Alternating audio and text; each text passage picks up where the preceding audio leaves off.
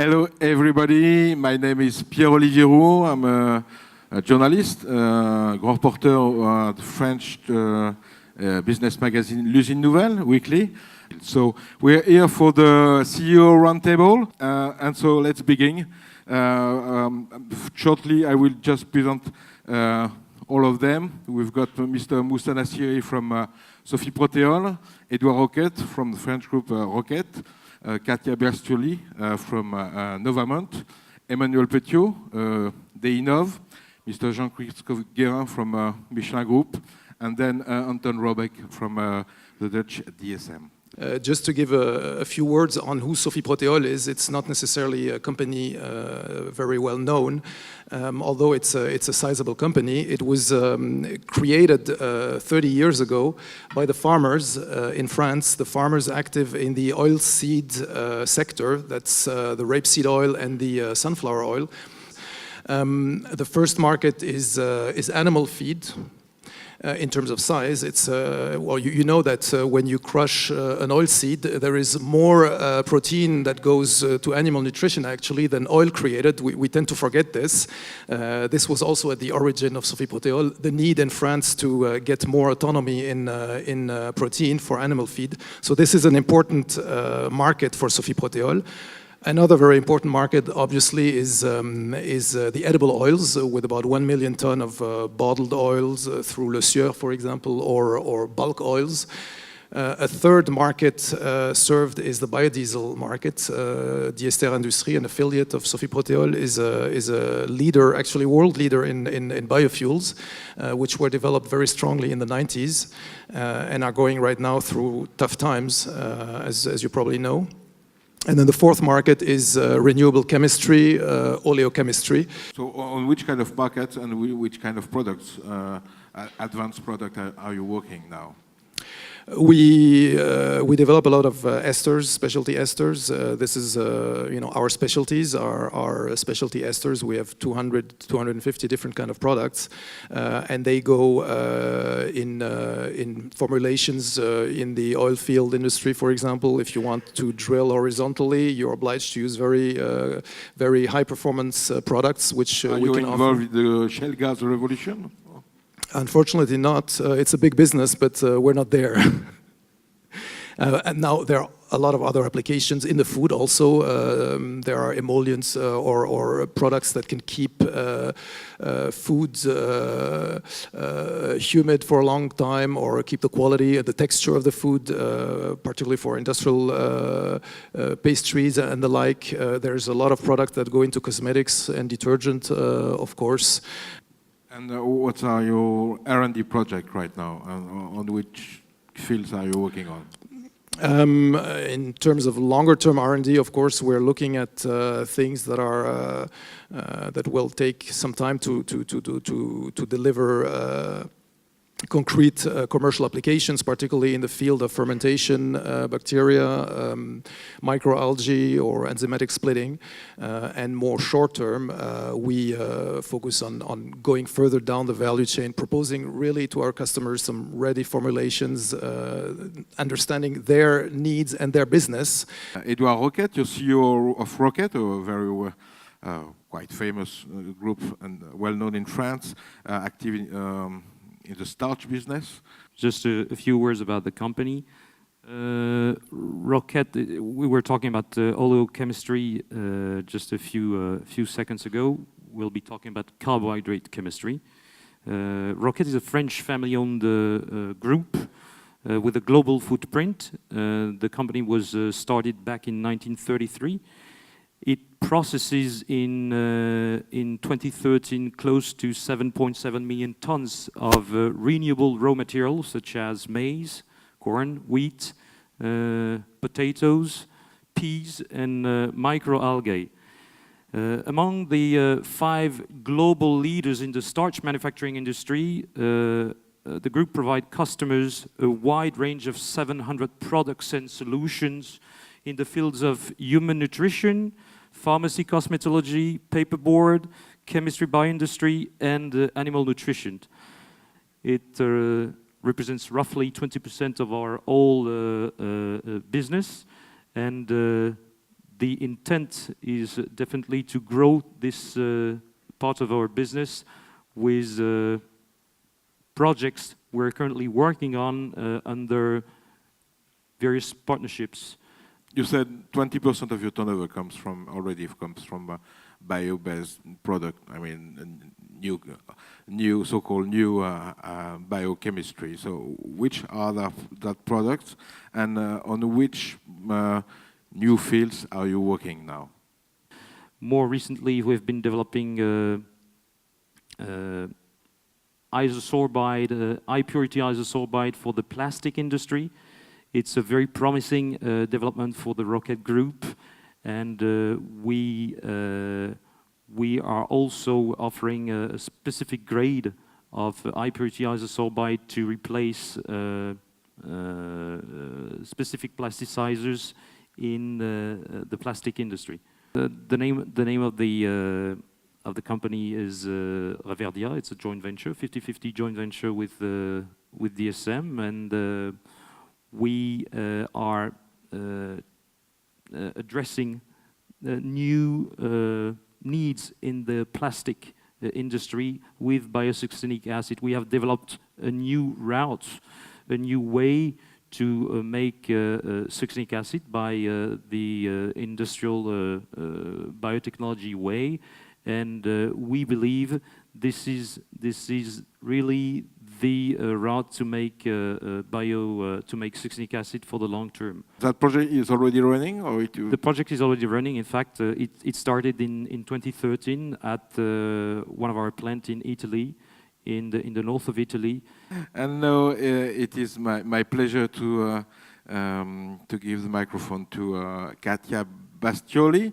You are CEO of Novamont. Novamont is started as a research center and started in a very special environment in 1989 in Montedison Group, when Montedison was acquired by the biggest agro-food conglomerate, which was the Ferruzzi Group.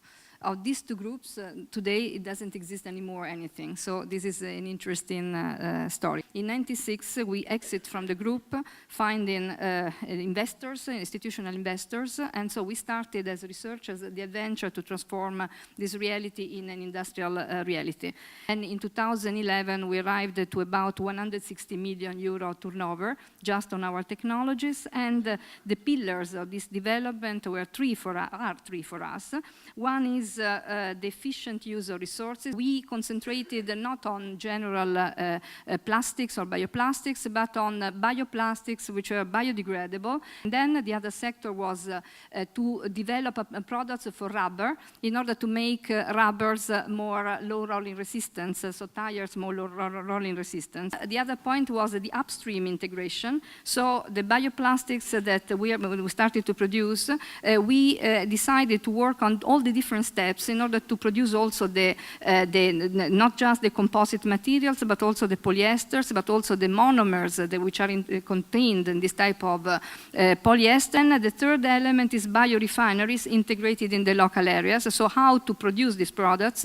The idea was to reconvert deindustrialized sites, and Italy is full of this type of deindustrialized chemical sites, and to connect with the different local biodiversity using our knowledge to do this.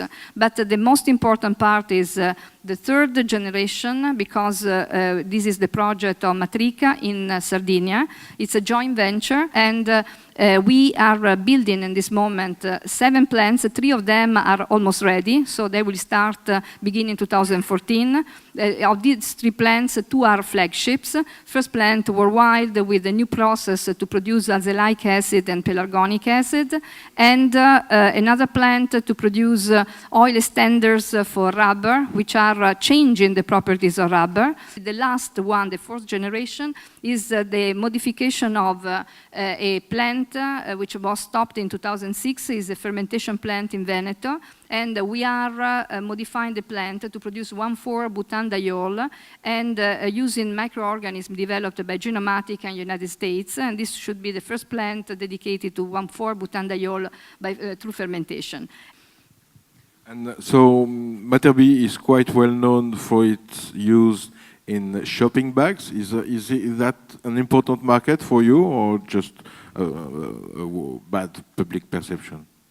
In reality, Matter B first application was in the bags for separate collection of organic waste. Of course, we are not producing bags, we are producing the raw materials, but Matter B is used also for mulch film, is used for catering products, for injection molding, for thermoforming, we have for coatings, so it's a wide range of applications. A few words on R&D. You are still working on new development, the new products, innovations. Of course, if you consider that we have the 5th generation, which is another monomer that we are totally developing ourselves, and then all the part which is related to the use of biomass for sugars. So it's my pleasure to give the microphone to Emmanuel Petiot from Deinove. More seriously, Deinove is a company that was created in 2006 by Professor Miroslav Radman. He basically found the mechanism whereby our bacteria can reassemble its genome once it had been broken in 100 different pieces, which is pretty amazing if you think about it, because any other bacteria would die under these conditions. In 2011, we started generating clones, and now we have a bank of 6,000 bacteria, most of them from the genus Deinococcus, which is a very special one. Some of the characteristics that we have been able to validate at the lab scale are the following. The bacteria is a thermophile, so it operates at 45, 47 degrees C, which has some benefits in an industrial setup. As you can imagine, you don't have to cool down the equipment, you don't have to raise temperature, and so on. So this is, we think, both from a capital and operational cost, this is very beneficial. The second thing is, these bacteria, the wild-type strains, not the ones we engineer, has the ability to degrade biomass. So the Deinococcus has in its genome xylenolytic and cellulolytic activities. The third thing is that the bacteria also assimilates most sugars. So it assimilates C5 and C6 sugars, which is very important when you have to deal with non-food biomass, obviously. It also assimilates glycerol and acetic acid. And last but not least, our bacteria has the ability to produce a high percentage of a given product and while assimilating sugar. So as an example, our bacteria can withstand 20% ethanol concentration during 12 hours, which is pretty much unseen. And that's actually a key point for us. The ability to modify the bacteria as easily as E. coli, and then in production to have a very robust bacteria. And what we do is we analyze these substrates, and then we run lab-scale trials. We have a scale which is a 20-liter fermenter, so we can run up to 20-liter fermenter. And then the idea is to pass on the technology to our partners who actually scale up our technology. So in a nutshell, what we do is we focus on second-generation biofuels. And as you can see, this has some interest because we have the ability to naturally assimilate non-food biomass. So, we focus on the second generation. And we also focus on bio-based chemicals, and specifically the isoprenoids route. Got the decision to get something like 6 million euros from was it BPI or? It's actually l'ADEME. ADEME, yes. It's actually targeted towards isoprenoids. We have hired 12 people since the beginning of the year, and we are going to hire an additional 6 to 8 by the end of this year. Have you already signed any license or patent application with bigger player? We are actually we're a listed company, so we're on a stock exchange. So I can't say anything before it's actually done. But we are right now negotiating with quite a few major industrial groups, and undoubtedly this will lead to contracts. I would say at the very latest beginning of next year. So Jean-Christophe Guérin, you are a member of the executive committee of Michelin, in charge of material product line. You are looking very much ahead in the future in your business, in the tire business, and that means to have some thinking, some thought about materials. So what are your leading project now? In the Michelin company, we are making tires. We We are making tires for everything in the world, and so bicycle, motorcycle, car, trucks, horse mover equipment, farm equipment, airplanes. In the past, the space shuttle also. We use a lot of kind of different type of materials. So, for example, we use natural rubber, synthetic rubbers, and aramid, nylon, polyester cords, steel cords, chemical products, fillers like carbon black and silica, so many types of products. We have to work on the sustainable mobility. Just a few figures. Today, for 1,000 people in USA, there are around 700 cars. In Europe, west of Europe, there are around 600 cars. In China, there is around 50 cars for 1,000 people. And in India, there is 5 cars for 1,000 people. So we are working to reduce rolling resistance of the cars. Obviously, also, we are working to reduce CO2 emission of our plants. We have around 80 plants in the world. And we are working to use more renewable materials in our tires. So we use already a lot of renewable materials. Natural rubber is a beautiful renewable materials. But we want to increase these to be a leader in the world for sustainable mobility. And so that leads you to some project? Yes. Like the one which has just been granted by a government. So it's a common project, a cooperative project with Axens and IFP, French Petroleum R&D group. Yes, we have 2 big projects. The first one is the biggest one. We just announced it 2 weeks ago. The target is to produce bio-butadiene. And why bio-butadiene? Because it's a way to have butadiene, bio-based butadiene, and not based on crude oil. The second reason is also to find a way to avoid a shortage of butadiene. This project is around 54 million euros. It's a big project of investment. Your point is to get, of course, very much something very close to conventional product in terms of specification. I hope that IFP, Axens and Michelin will success to make the same product. Yes, we hope so. With the bioisoprene, we hope also to be able to make better polyisoprene than the existing ones. It's my pleasure to present Anton Robeck. You're president of Bio-based Products and Services at DSM. So you've been working for that company for a long time ago, I guess. And you're involved in the bio-based products. Could you just present to us what's the prospect and why is a traditional chemical company, in a way, it's interested in that field? DSM is a 10 billion euro life science and material science company, and you will find DSM's customers in the food and feed industry. You will also find DSM customers in the pharma industry. Only Monday we announced another joint venture in the US for one of our pharma divisions.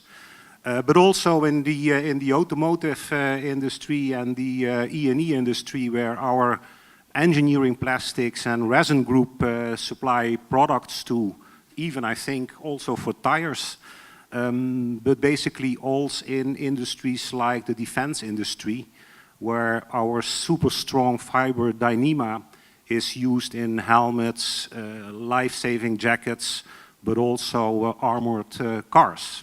So we were fossil-based, and we are now putting a hell of a lot of money and energy to get out of fossil completely by the group that I'm heading, where we're working on bio-based products and services.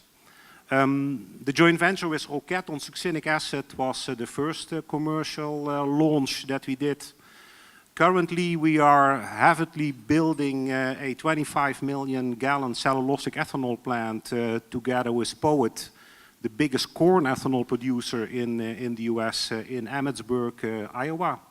That plant will start up in the second quarter of next year and then hopefully produce the cellulosic ethanol. We are repeating that trick in Brazil with a couple of partnerships that we are shaping in Brazil. And we expect that the cellulosic ethanol market will become a big market. By the way, DSM is not doing that because we have the ambition to become big in cellulosic ethanol. No, we would like to develop, demonstrate the technology on a commercial scale and then roll it out by selling licenses to investors that are interested to invest in cellulosic ethanol plants. Second large project that we are pursuing is advanced biodiesel. We are doing that in a 50-50 partnership with BP. Same trick as with ethanol, develop, demonstrate and roll out. Advanced biodiesel because it's not starting from animal waste, fat or from vegetable oils, but we are using cellulosic sugars and have an organism that produce lipids that can be converted to biodiesel. We have a pipeline of bio-based chemicals that we are working on, typically always in partnerships. Ambition is to have this group bringing 500 million euro revenues by 2020 at above average EBITDA percentages. So it's not only new business, it should also perform better than the existing DSM business. Yeah, and how many people are working specifically on that topics in terms of head in R&D? I would say for my group, some 150 people are working on R&D on different sites on the globe.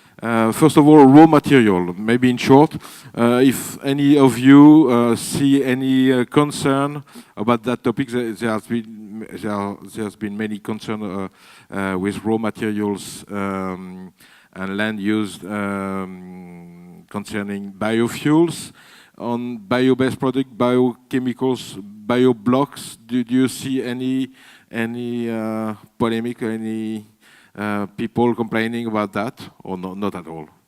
In the chemical sector or the plant-based chemistry, it's not that easy to bring up this simple, wrong but simple message, which is probably why nobody started, complaining that in that plastic there is so and so many percent of bio-based, or in that lubricant there is so and so many percent, simply because it doesn't sell in terms of negative media image. And let's hope that it remains like that, because honestly, we're not looking for trouble. Yeah. I feel that wisdom to use resources is a very important aspect, and I feel that sometimes, especially when we look at bioeconomy, we have to be very careful not to lose the credibility and the respect of citizens on this type of technologies. If you will take a broader perspective, where do you see things coming from? Europe, Asia, the US, Latin America, of course, Brazil or Argentina? Bio-based chemical, I think there's a few things happening in France and in Europe. You have clusters in France who are promoting plant-based chemistry. It's very dynamic. People talk to each other. There's SMEs talking to major industrial groups. There's a lot of innovation coming from universities. And then we have one issue in France, a little bit in Europe as well, is that we have a hard time to create value. So in the US, when you join forces with somebody, usually 1 + 1 equals, something which is above 2. In France, sometimes, we have a hard time to create bridges between universities, organizations, SMEs, and major groups. What we need is unit demonstration financing, which will be available with the bio-based industries financing.